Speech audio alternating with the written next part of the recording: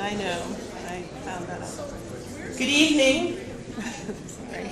We're going to begin, and thank you all for coming. I'm Christine Lamb, the president of the Friends of the Concord Free Public Library.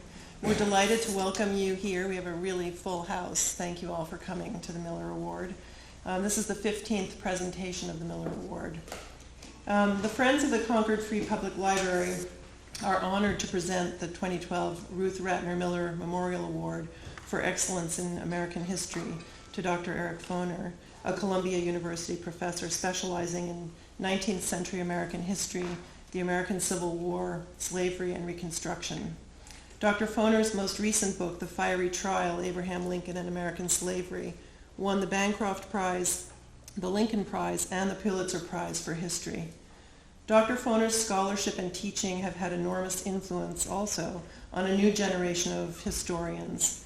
And in fact, to introduce our honoree, which Sherry Litwack will be doing, the Friends of the Library are also pleased to welcome Dr. Manisha Sinha, a former graduate student of Dr. Forner's, and now professor herself of History and African American Studies at the University of Massachusetts Amherst.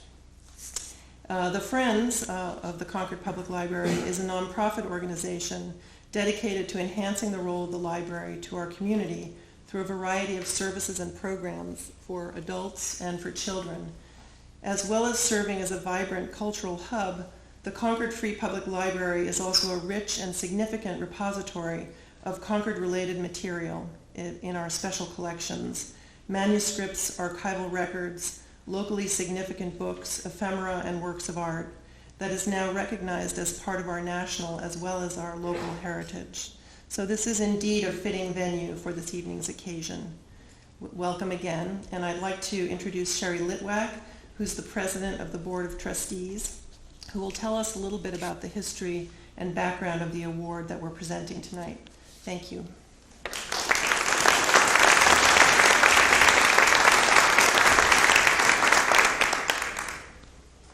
Good evening. This award was offered to the Concord Library in 2001 by Concord resident Richard Miller to honor the legacy of his mother, a founding member of the Holocaust Commission and Holocaust Museum in Washington, D.C. Mrs. Miller believed that history was not merely desirable, but a civic and religious duty. We'd like you to join us after the presentation. Well, first of all, Dr. Forner said that he'd be willing to answer questions, and then afterwards we would like to invite you to a reception and a book signing. Now it's my pleasure to introduce the introducer.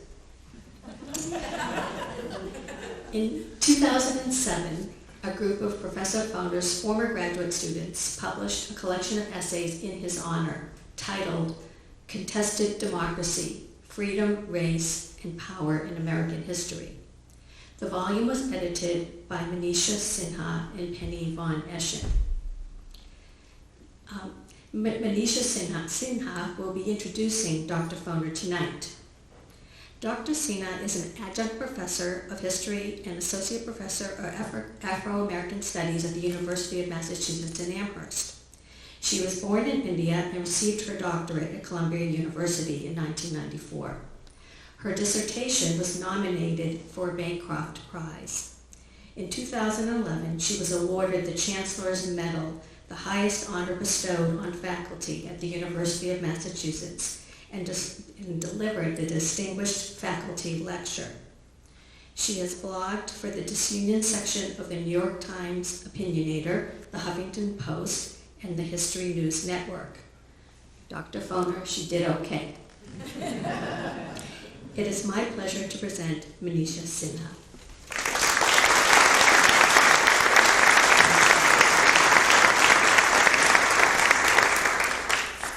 Thank you for that very kind introduction, and I guess now I will introduce the main speaker of the evening. I also must apologize for being a trifle late, but it seems every time I come to Lexington and Concord I get lost, or my GPS loses me. And you know, my son plays Fenn and Lexington Christian Academy, so I've been here many times, but I still get lost. In any case, I am delighted to introduce Professor Eric Forner, one of the most eminent American historians in the world today. Eric Forner's path-breaking publications are numerous, his outstanding accolades and honors many, and his significant influence on not just history, but our contemporary intellectual and political life wide-ranging. If I were to do them justice, I would pretty much take up all the time allotted for his lecture. But I don't want you to be alarmed. I will instead summarize for you as briefly as possible why he, in my opinion, is the foremost scholar of the Civil War era, and why we are indeed lucky to have him with us here. Eric Forner's books have done so much to shape our understanding of the Civil War period and American history that a recent scholar has referred to them as, quote, the Forner synthesis in American history. His first book, Free Soil, Free Labor, Free Men, and dauntingly enough, his dissertation, was published in 1970 and reprinted in 1995. This important book explained for the first time not just the ideology of the anti-slavery Republican Party of the 1850s, but also why ordinary northern citizens would fight a war first to restrict the expansion of slavery and then to abolish it. A testament to its longevity and relevance is that it is probably the only book published in the 1970s that is still the last word on the subject. This book was a foretaste, if you will, of his exemplary scholarship, that even Karl Rove cites it as his favorite book in American history. Now, whatever one might think of Mr. Rove's politics, his taste in history books is impeccable. Many other books followed in quick succession, an anthology of essays on Civil War causation, whose title, Politics and Ideology in the Age of the Civil War, I cribbed shamelessly for my first book, edited collections in African American history, and his second monograph, Tom Paine and Revolutionary America, published in 1976, a model on how to write a biography that does more than simply recapitulate a life. In fact, few American historians have the broad reach of Eric Forner's scholarship that spans the history of the United States from the American Revolution to present times. His more recent works, The Story of American Freedom and Who Owns History, reveal his facility with 20th and 21st century American history and contemporary issues that few Civil War historians can claim. In fact, in this respect, he is quite unique. Like his advisor, Richard Hofstadter, and influential American historians in the past, his authority transcends particular time periods. But also like the most accomplished modern historians, his work is a product of deep research and exciting analysis. For instance, his book Nothing But Freedom, published in 1983, looked at the problems of race, labor, and emancipation in a transnational context, long before it was fashionable to do so. It is in the era of the Civil War, however, that Eric Forner's historical contributions are truly mind-boggling. His magnum opus, the Bancroft Prize winning Reconstruction, and I should add that that was one of many prizes that this book won, was published in 1988, and it established a standard of historical scholarship that is difficult to match. I remember as a student in his Civil War and Reconstruction seminar being assigned the unenviable task of commenting on his 1,000-page manuscript. It turned out to be the best thing I ever did in graduate school. Its awe-inspiring primary research and interpretive reach was something that we could simply aspire to. Reconstruction illustrated what W.E.B. Du Bois called the role black folk played in the reconstruction of American democracy after the Civil War. And furthermore, this original analysis of the period connected the issues of African American freedom and citizenship with the development of the state and constitution, the conquest of the West, the conflict over labor and women's rights, and the dawn of American imperialism, charting with the sure hand of a master of his craft the major significant themes in American history that preoccupy us now. In short, it was a new history of Reconstruction and then some. Eric Forner's most recent work, and for those of you getting nervous, I will assure you that you will hear from him shortly. The Fury Trial, Abraham Lincoln and American Slavery, published last year, deservedly won, as was mentioned earlier, the trifecta of History Book Awards, the Pulitzer, the Bancroft, and the Lincoln Prizes.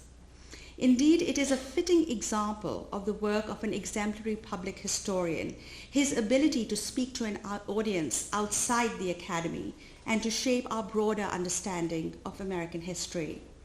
This book is a testimony to the best kind of public history, which does not dumb down intellectual work nor condescend to its reader. Instead, it represents the cutting edge of scholarship in Eric Forner's signature style, known for its clearness, brevity, and engaging use of just the right words. In his enviable academic career, Eric Forner has been president of all the major historical organizations in this country: the American Historical Association, the Organization of American Historians, and the Society of American Historians. He is a member of the American Academy of Arts and Sciences and the British Academy. His books have been translated into half a dozen languages, ranging from Spanish to Chinese. Besides teaching at Columbia, where he also received his doctorate, Eric Forner has been the Harmsworth Professor of American History at Oxford University, the Pitt Professor of American History and Institutions at Cambridge University, the Fulbright Professor at Moscow State University, and the Liverhume Scholar at the University of London. And this, I am sure, will ensure his rock star status among some people here at least. He has appeared on Jon Stewart's The Daily Show and The Colbert Report. He has also appeared in The Bill Moyers Show, Charlie Rose, many PBS documentaries, and NPR shows like All Things Considered and Fresh Air, and written for major newspapers such as the New York Times and the British newspaper The Guardian, and is on the editorial board of The Nation. He has co-curated 2 acclaimed history exhibitions on the Civil War and Reconstruction. He has won every major teaching prize that Columbia University can possibly bestow on him, including the Great Teacher Award and the Presidential Award for Outstanding Teaching. So, I have the great honor of giving to you today a superb historian and to paraphrase Lincoln, the subject of his talk today, beau ideal of a scholar citizen, Eric Forner.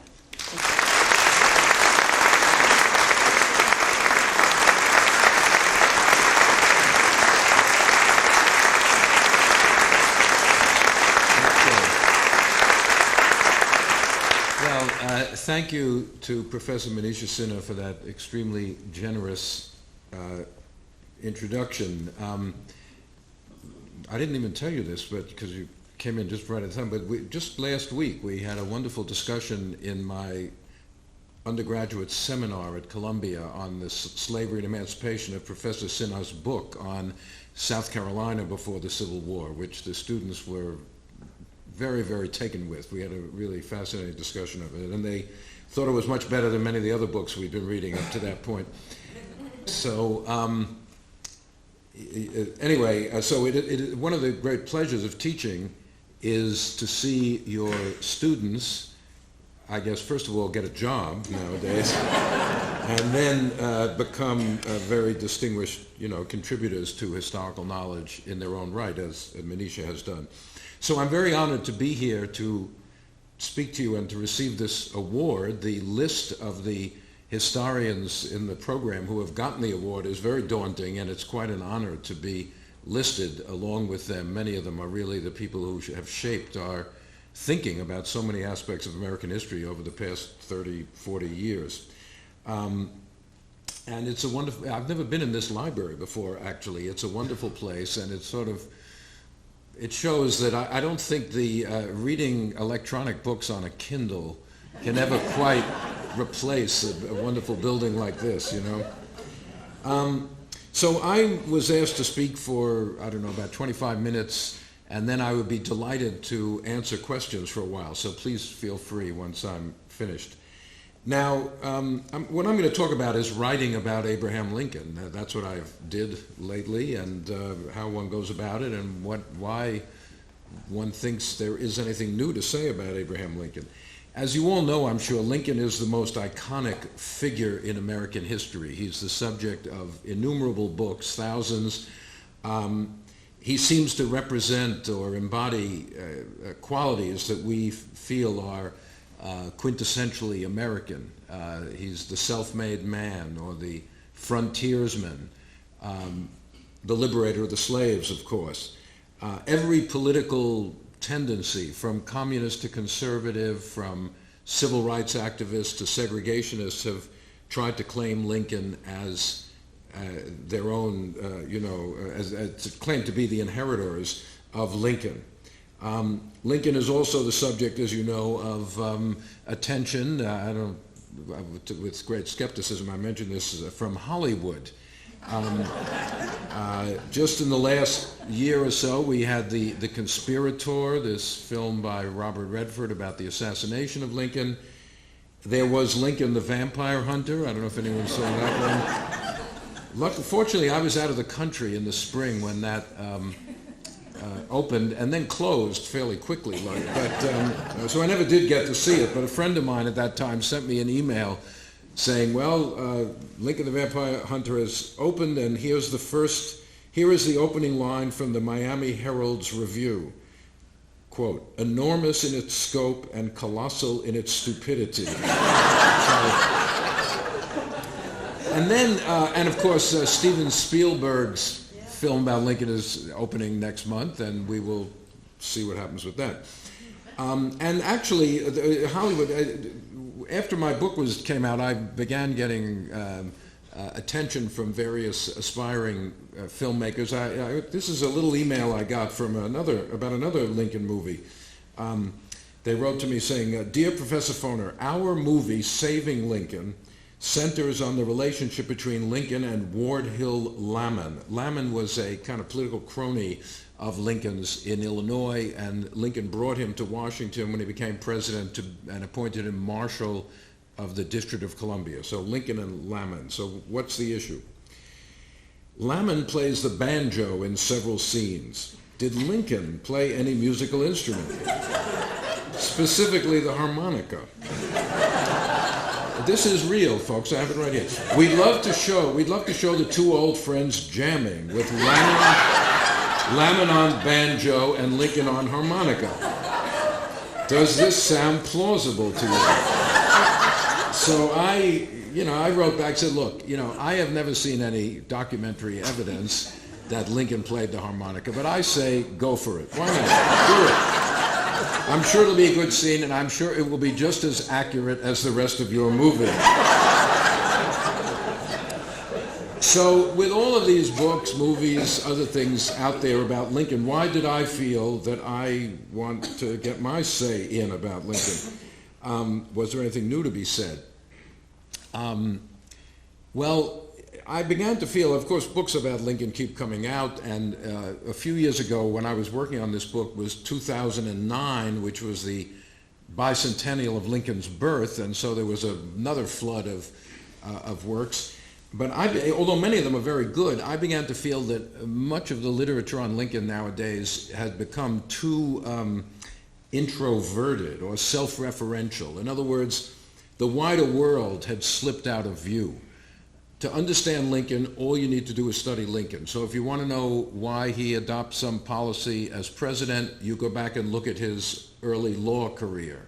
Or if you want to know why Lincoln held some point of view about something, you look to his philosophy of natural rights or something like that. In other words, it becomes all self-referential and circular, and Lincoln is pulled out of historical context. And that was my main aim, to put him fully back into the remarkable historical context in which he lived. Now, as Professor Sinha sort of alluded to, the book brought me full circle, in a sense, back to my first book from many, many years ago, Free Soil, Free Labor, Free Men, which is about the Republican Party before the Civil War. It did not deal with his presidency or the emancipation or anything. But working on it did bring me back, and I feel, since my student is here to introduce me, I wanted to say a word about two of the professors at Columbia who I had, who really shaped my view of what it is to be a historian. One was a great lecturer, not a guy who wrote a lot of books, not well known outside Columbia, called James P. Shenton, who was my first history teacher at Columbia when I was an undergraduate there, and really got me going as a scholar, as a student of the Civil War period, because that was what he taught so in an inspiring manner. And then, as was mentioned, my doctoral supervisor at Columbia was Richard Hofstadter, the greatest historian of his generation.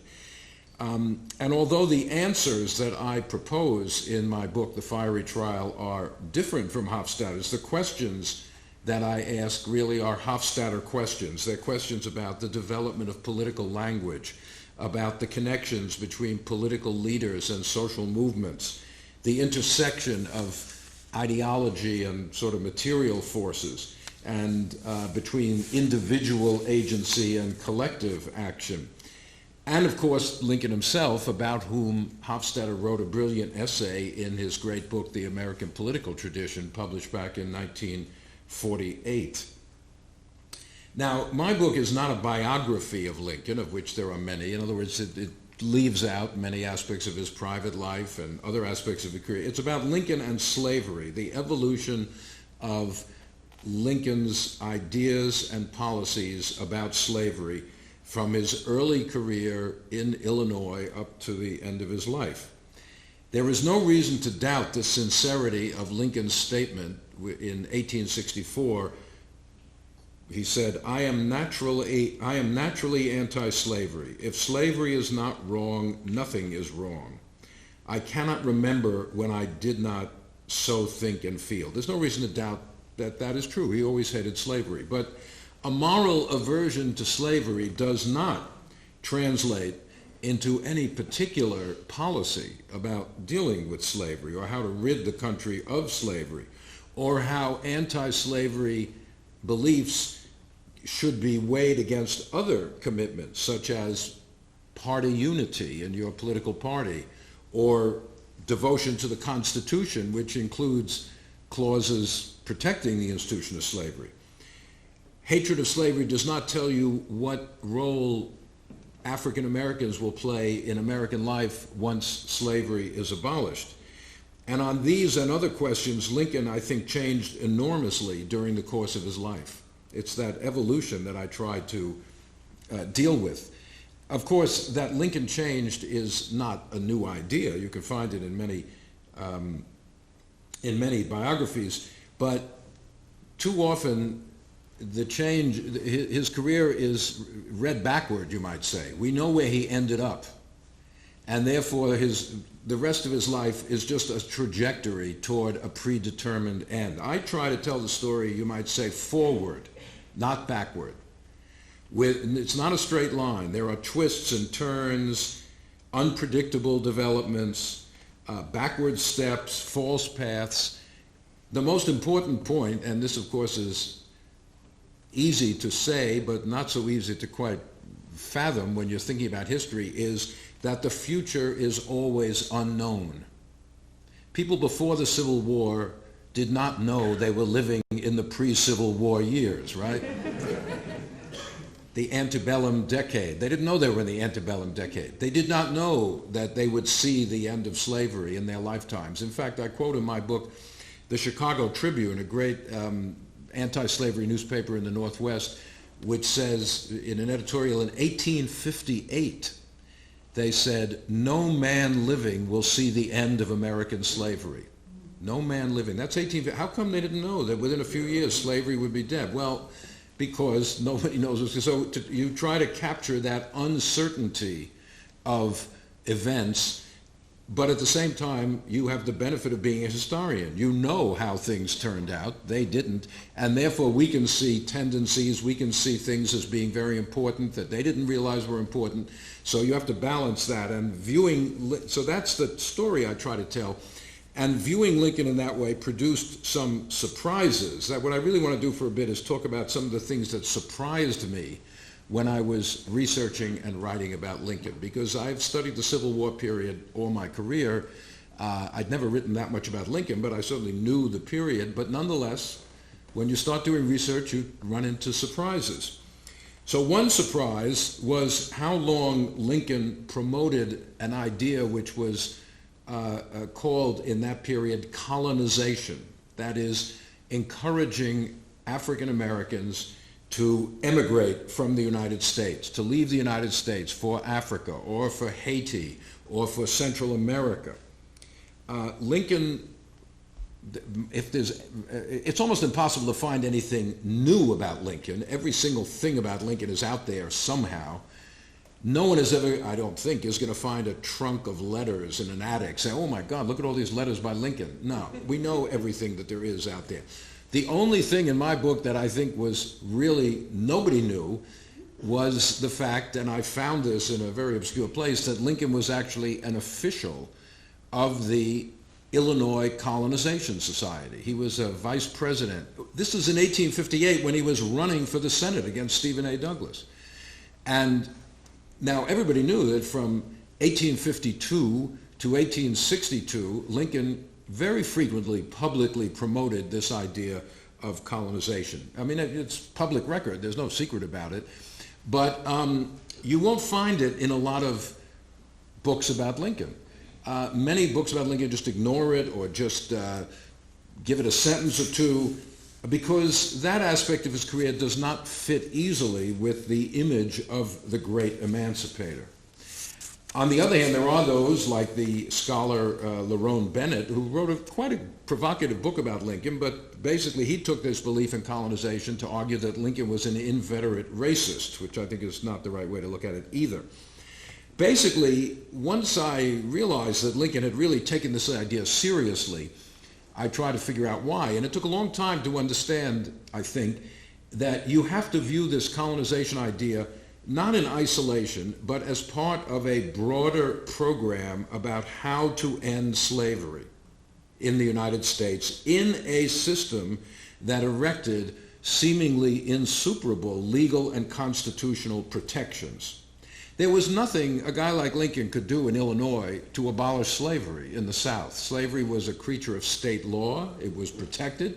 The Constitution protected it. You could abolish slavery in Illinois, as they did, but what would that do about slavery in Mississippi? Nothing.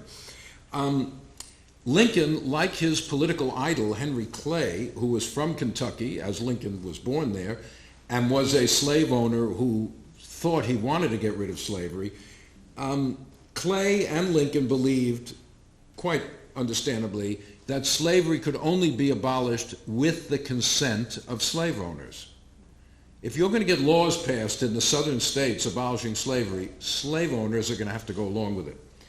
And this could only be accomplished with a program which Clay laid out and which Lincoln advocated for at least 10 years in the 1850s and the first part of the Civil War, a program which consisted of gradual emancipation. Lincoln once said it might take 100 years to get rid of slavery.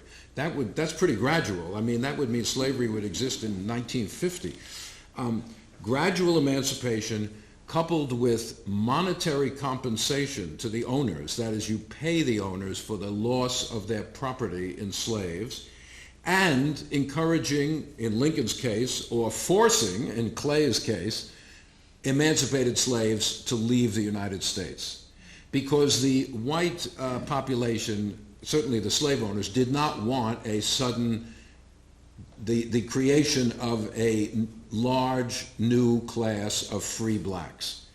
So the colonization was part of a plan premised on the need for slave owners' cooperation in the end of slavery. That's one way to get rid of slavery. To grossly oversimplify, there are three ways to get rid of slavery. One is this slavery with the emancipation with the consent of the owners. Didn't happen here. It rarely happens, but it could happen. Two is voluntary manumission, that is, slave owners voluntarily freeing slaves. Some of them did, but not enough to dent the system in any way. Much more common is what happened in the United States and many, many other places, and that is military emancipation. War destabilizes slavery. It strips away the constitutional protections for slavery. Contending sides make slavery a target, not necessarily because they're abolitionists, but because they want to weaken the other side.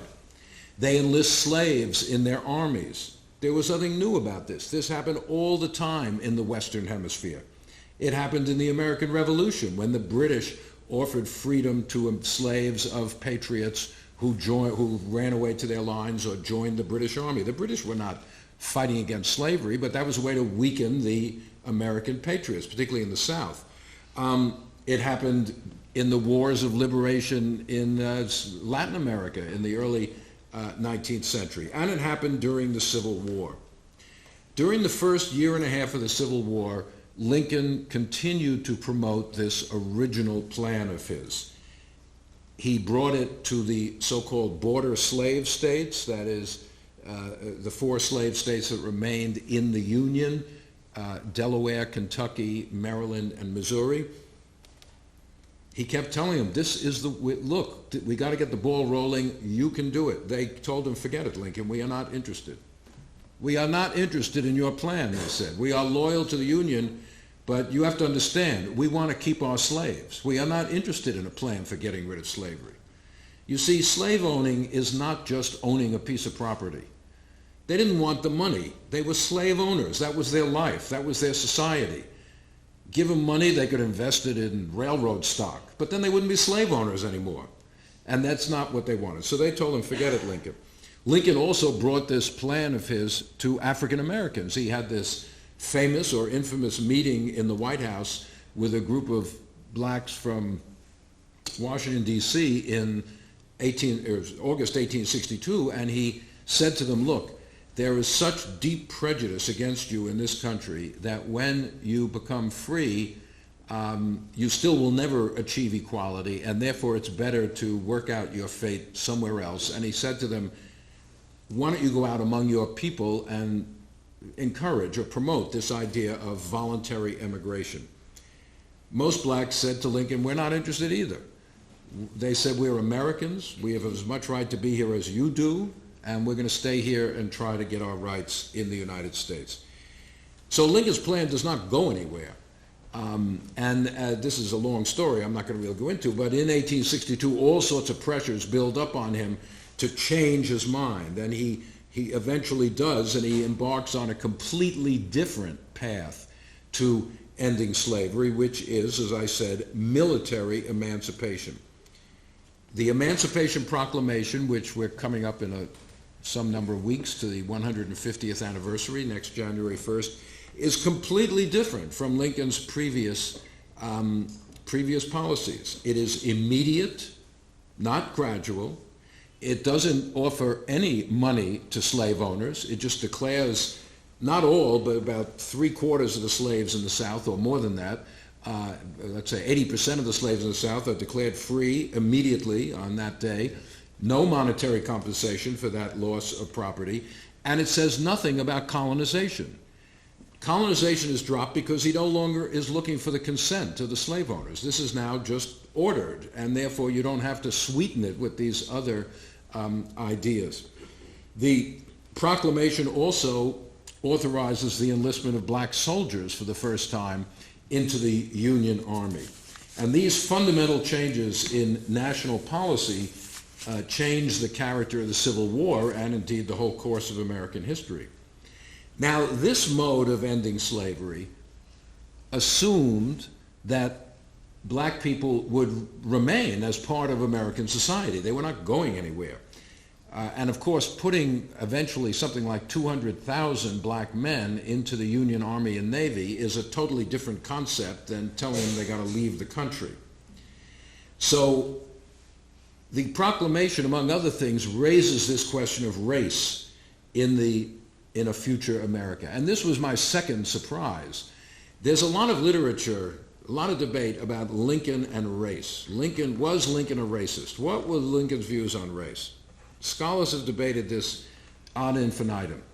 My surprise was that actually Lincoln said virtually nothing about race in his career.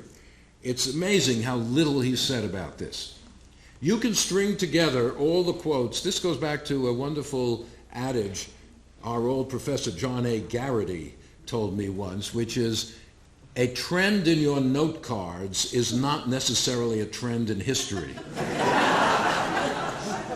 You can take all the quotes that Lincoln said about race, 8 or 10 of them, every scholar knows them, and you can put them together, and there it is, a tremendous body of thought. But actually, if you step back and say, wait a minute, this is 10 sentences out of thousands, what's striking is how little he said. Lincoln read and thought about pro-slavery literature, but he never read or commented on the racial literature of that time, literature about separate genesis or the size of people's skulls and all this kind of pseudoscience. Lincoln had no interest in this.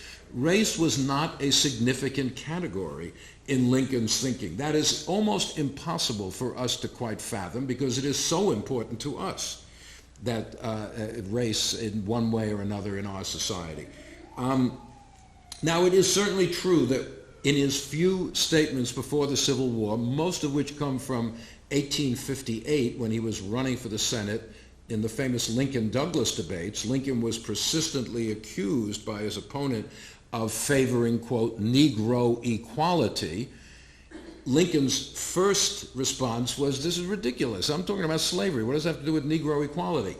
But Republican candidates in Illinois were writing letters to Lincoln. Hey, you know, Lincoln, you got to answer this because it's affecting my race for the legislature that you're being accused of Negro equality. So Lincoln finally said, hey, I do not believe in Negro equality. I do not.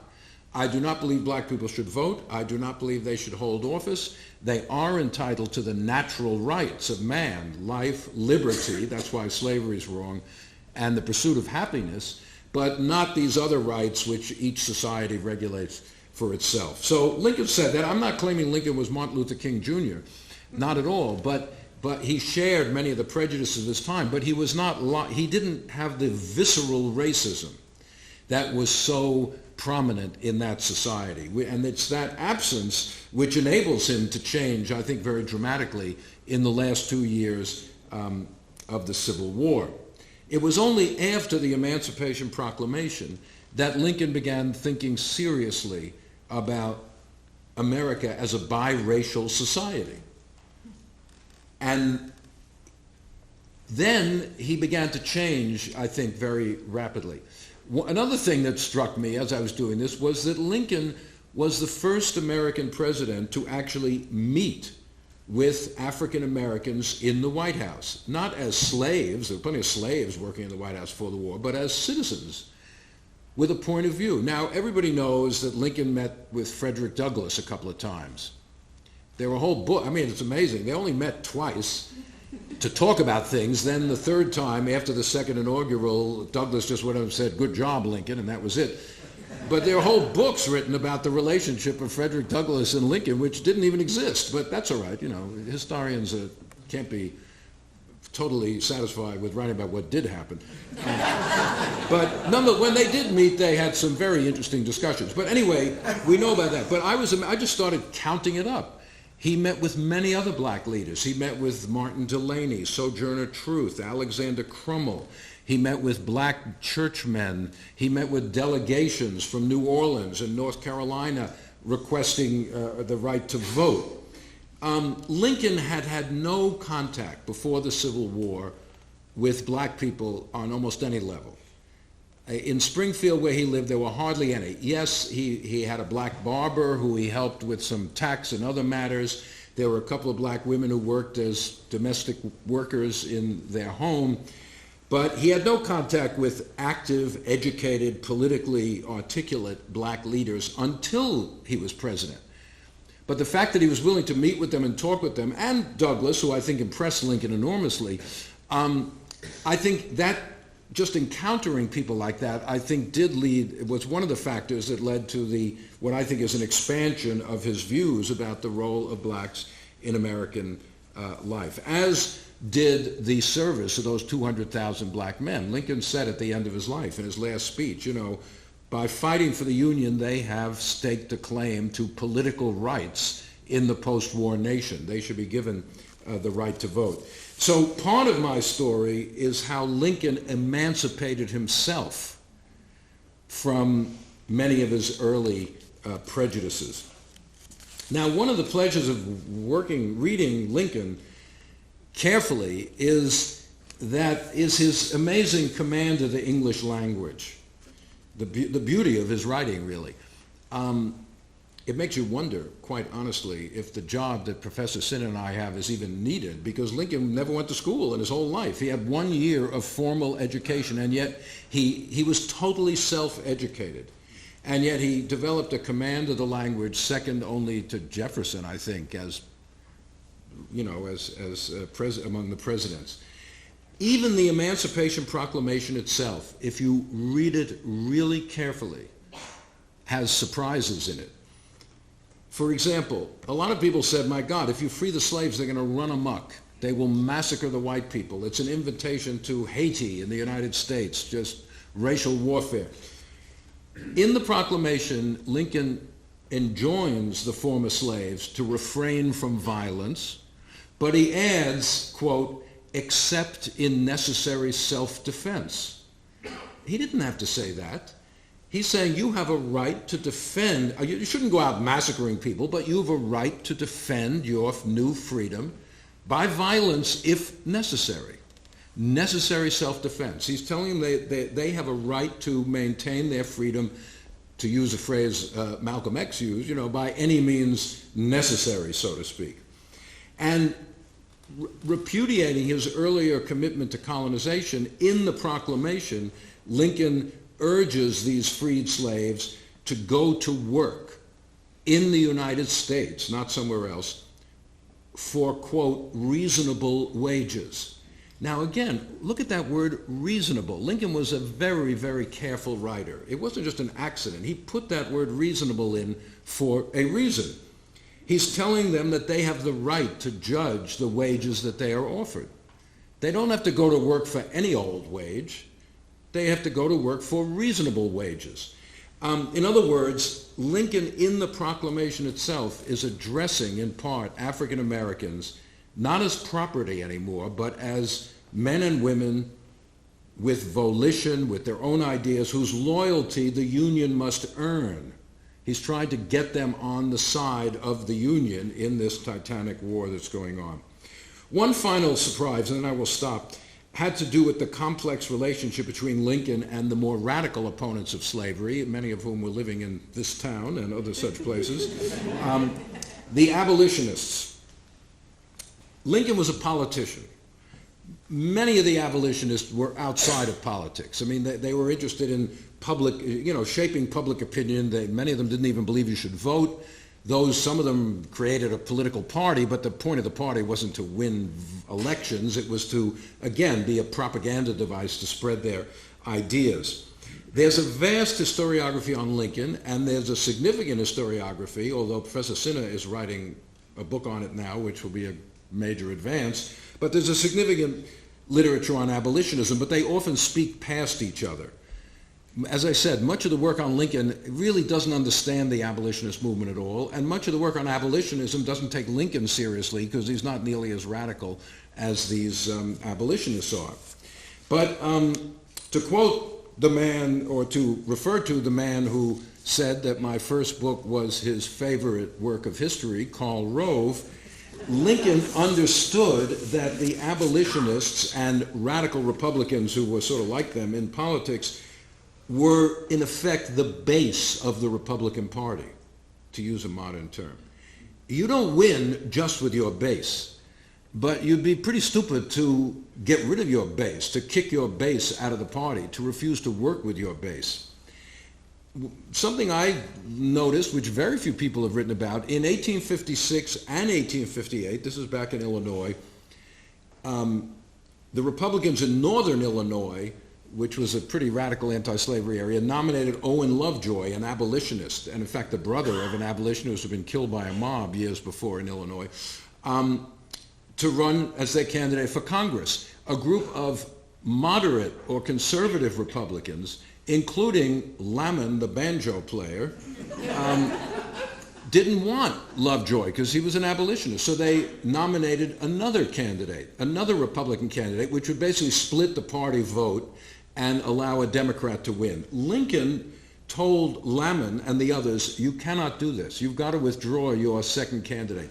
Lovejoy is the candidate of the Republican Party. Lincoln went up to the district and he wrote to Lamon, he said, I was up there.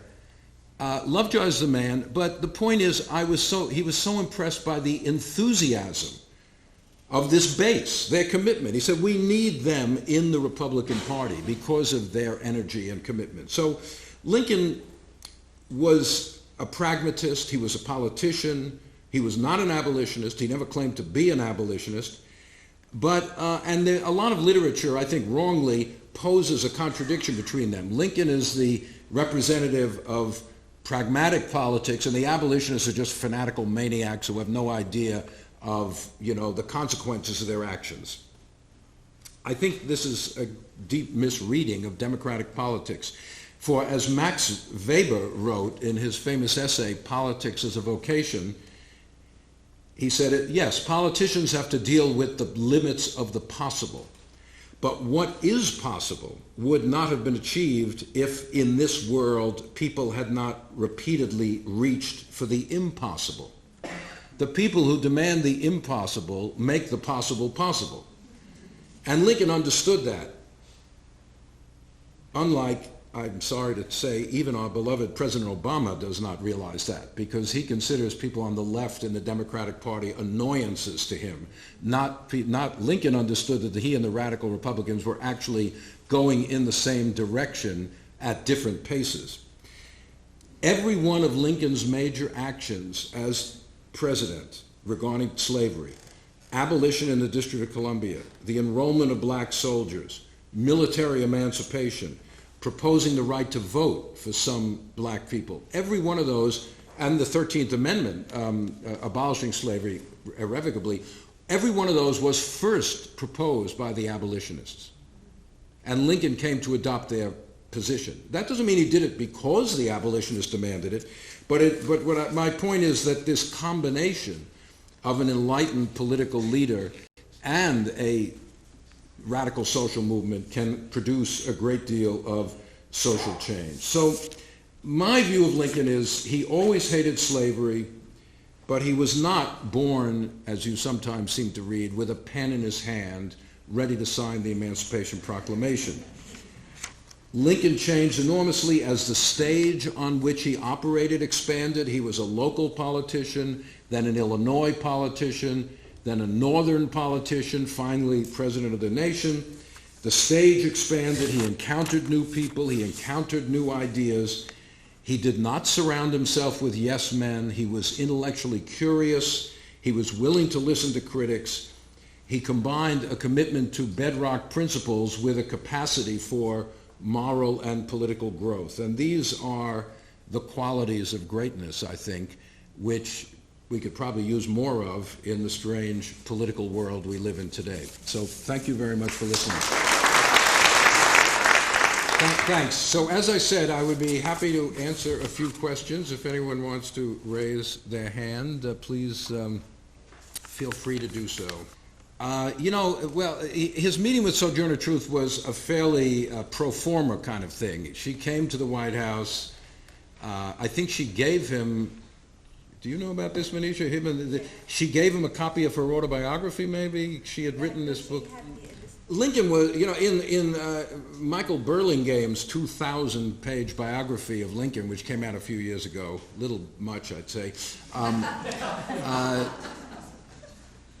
There's a lot in that book. I mean, he did a hell of a lot of research, but Lincoln is the absolute paragon of all virtue. I mean, he loved animals, he was a gardener, whatever you like, Lincoln was it, and he was a feminist. This is ridiculous, Lincoln was not a feminist, although, interestingly, early in his career, in the 1830s, in one of his election manifestos or broadsides, he said, I'm in favor of allowing anyone who pays taxes to vote, not excluding women.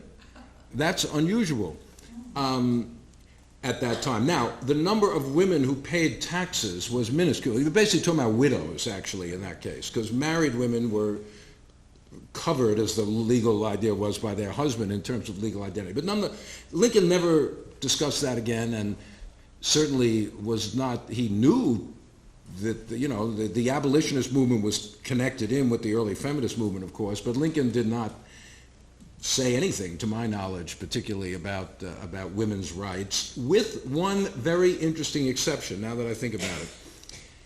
In his debates in the 1858 with Stephen A. Douglas, when accused of Negro equality, in one speech he says, it's hard for us to quite understand. That was like the nuclear weapon of politics, to accuse you of believing in Negro equality. It was like calling someone a communist in the 1950s. If you could make people think your opponent believed in Negro equality, forget it, they'd never win. So Douglas was hammering him.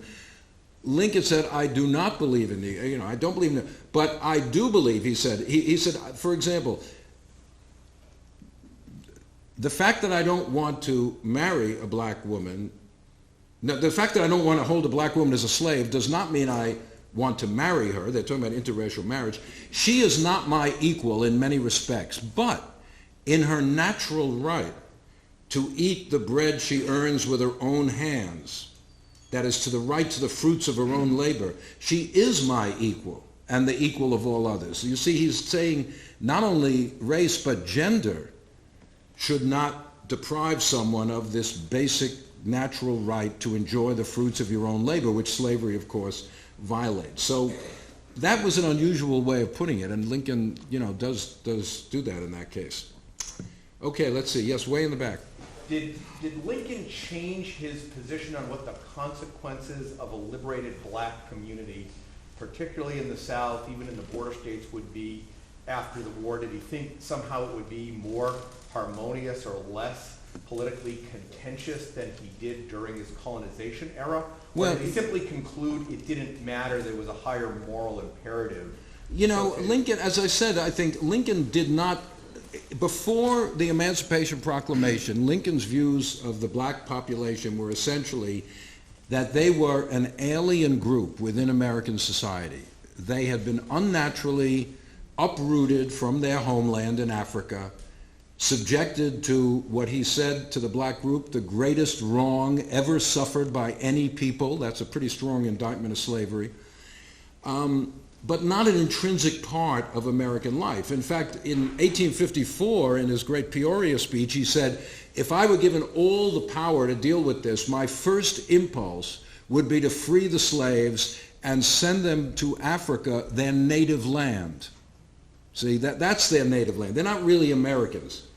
Now, of course, it wasn't the native land of black people by then. The vast majority had been born in the United States. The slave trade from Africa was cut off actually around 1770 with the beginning of the American Revolution. Then it was reopened a little bit by Manisha's favorite state, South Carolina, in the early 19th century, and then cut off again in 1808. So most black people were born here or with 2 or 3 generations, but he says their native land. With emancipation, as I say, he comes to realize this is going to be a biracial society, and he starts thinking about how that's going to be, given the fact that he says repeatedly that racism is so deeply embedded in American life. And, it's interesting. I don't want to go into this too much, but people often misunderstand. Why should black people leave the country? Henry Clay had a perfectly good reason for him. Blacks are criminal-minded, dangerous. If they become free, they will run amok. They cannot live as free people. They should be free, but somewhere else.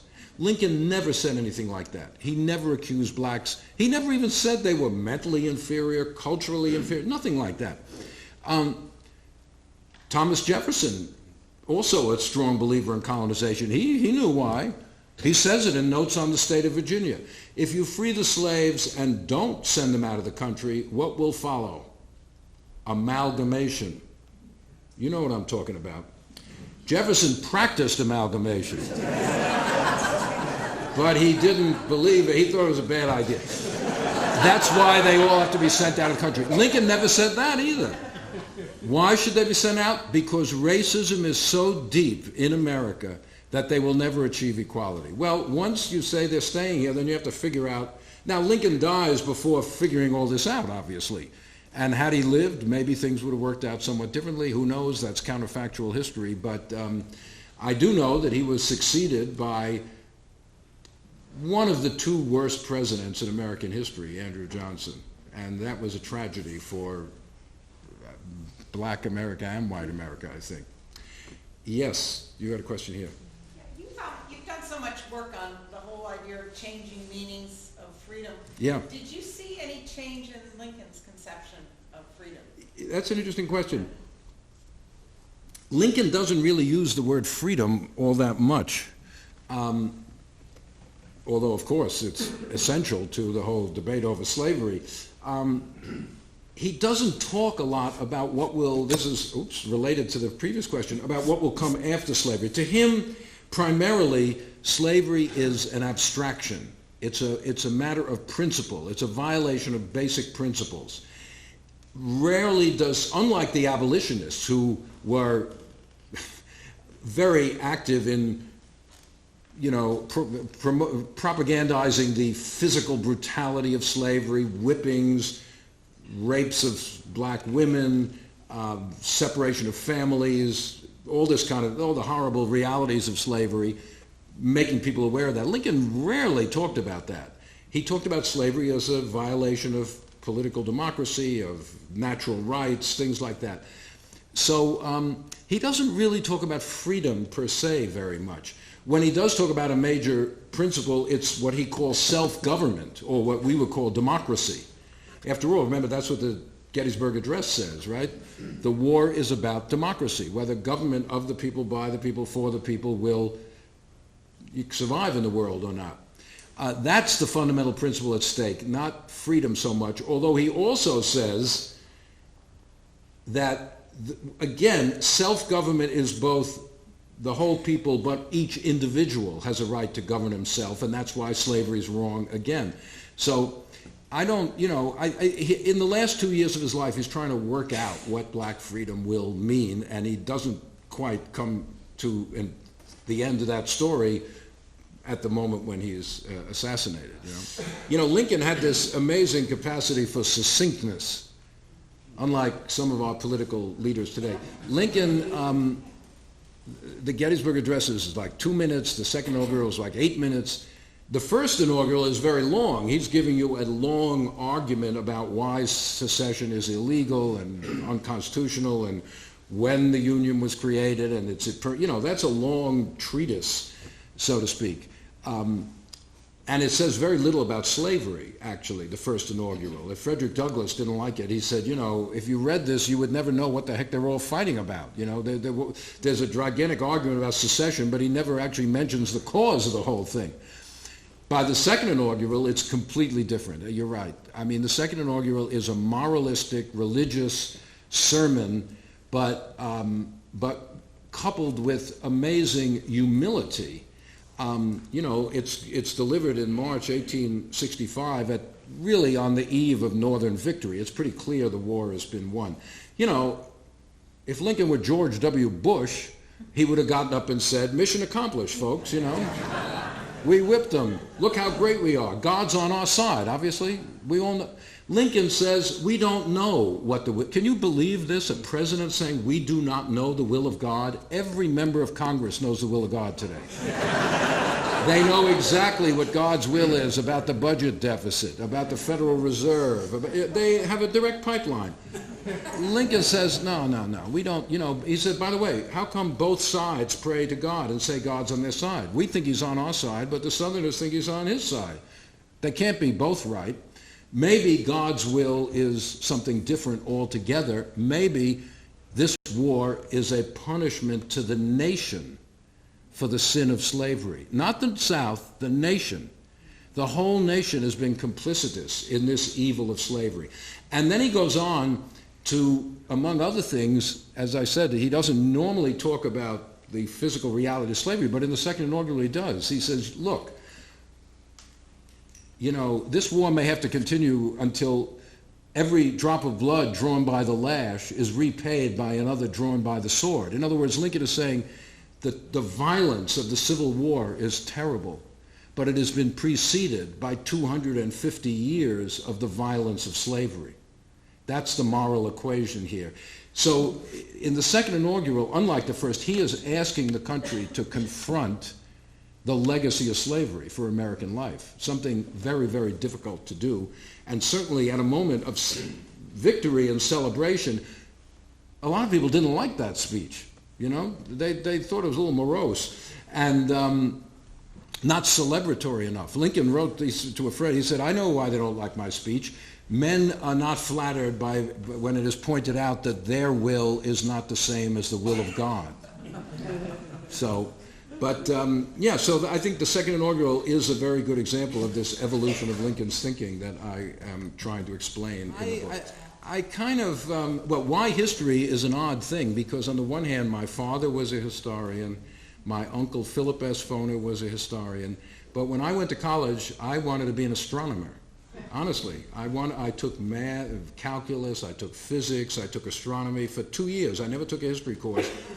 Then I kind of reached the limits of my ability, actually, I guess you'd say, in advanced calculus. And I got into this seminar with James Shenton, who I mentioned, on the Civil War era. And it shows you what an inspiring teacher can do for a student or to a student. You know, I mean, that sort of just got me so fascinated by, you know, and he was such a wonderful teacher. And of course, you know, this is early 60s, but the civil rights, yeah, this is when the civil rights movement is rising to its peak. And many people are writing about slavery, about race, about where's all this coming from. There was a tremendous ferment in historical literature trying to find, you know, the past that had led up to the civil rights revolution. And so I got very inspired by those questions. Why Lincoln now? You know, honestly, as I said, I write books when I get annoyed at what's out there. I've gotten just annoyed at the Lincoln literature. I just think so much of it doesn't understand Lincoln, or is, as I say, it abstracts Lincoln, and it doesn't understand the world. I came at him from understanding the whole history very well, not knowing as much about Lincoln as I came to know. But I just, whenever reading it, says that that's not what's going on. That's not what's going on. Whenever they refer to the Republican Party, the abolitionists, the Civil War, they just don't know what the current thinking is. So I just felt that there was a gap there, even though there's so many books about Lincoln, of really bringing up-to-date modern scholarship on the 19th century to bear on Lincoln. One of the peculiarities of Lincoln, and you know, there are plenty of good books about Lincoln. One of the greatest ones was written by, I think, David Donald. Didn't he win this award one year? Yeah, well, his biography of Lincoln is still a wonderful book. Great Harvard historian, you know, but a lot of books on Lincoln are not actually written by historians. Interesting. They're written by lawyers, they're written by political philosophers, they're written by political scientists. They're written by historians who are outside the academic world. Many of them are good writers, like Doris Goodwin, with a very, very successful book on Lincoln. But Doris is not an academic historian. I don't say it as a criticism, except she's not interested in the debates that are going on within the historical profession about 19th century American history. She's writing from a different perspective, which is fine, and you know, many people read that book. But the number of people writing about Lincoln who were really totally versed in the current historical thinking are much fewer than one might think. So I just felt there was a need for that. I guess that's what got me going, I guess. Anyway, I guess there's refreshments out. So thank you all for listening very much.